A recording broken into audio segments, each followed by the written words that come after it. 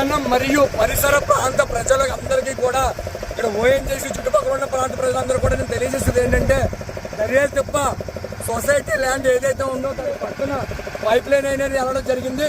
దయచేసి ఒకసారి చూపించండి. ఇక్కడ పైప్ అనేది లీక్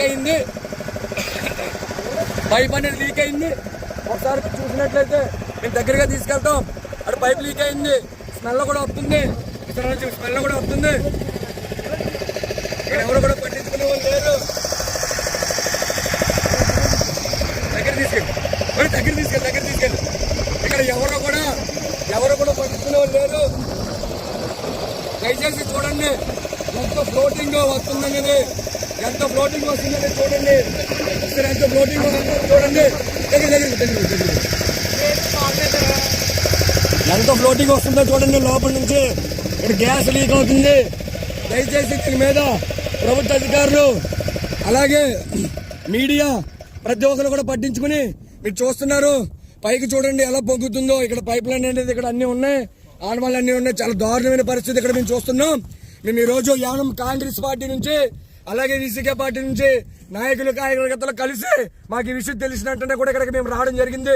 ఒక్కసారి వీడియో చూడండి ఎంత దీనివల్ల డ్యామేజ్ అవుతుంది, దీనికి ఎవరు సమాధానం చెప్తారు, దీనివల్ల పిస్టల్ పడడం జరుగుతుంది.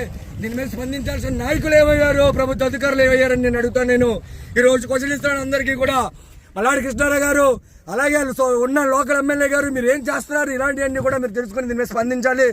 రేపొద్దున జరగరాని కూడా ఏదైనా అనర్థం జరిగితే దీనివల్ల ఎవరు సమాధానం చెప్తారు. ఇది భయంకరమైన స్మెల్ రావడం జరుగుతుంది.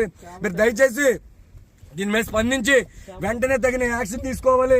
దీనివల్ల కూడా చాలా డ్యామేజ్ ఉంటుందని తెలుస్తున్నాం. మేము అక్కడికి వెళ్ళడానికి భయం వేస్తుంది.